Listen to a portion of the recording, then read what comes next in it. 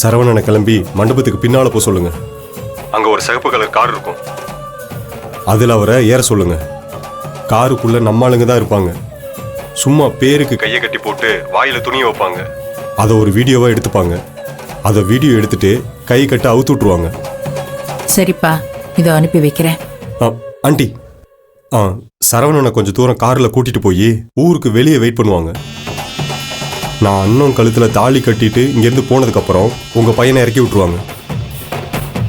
யார் எப்படி மாற்றி கேட்டாலும் என்னை யாரோ கடத்திட்டு போய் கட்டி போட்டு வீடியோ எடுத்தாங்க, ஊருக்கு வெளியே போய் கொஞ்ச நேரம் கழிச்சு கட்ட அவுத்து விட்டு போக சொல்லிட்டாங்கன்னு சொல்லுங்க.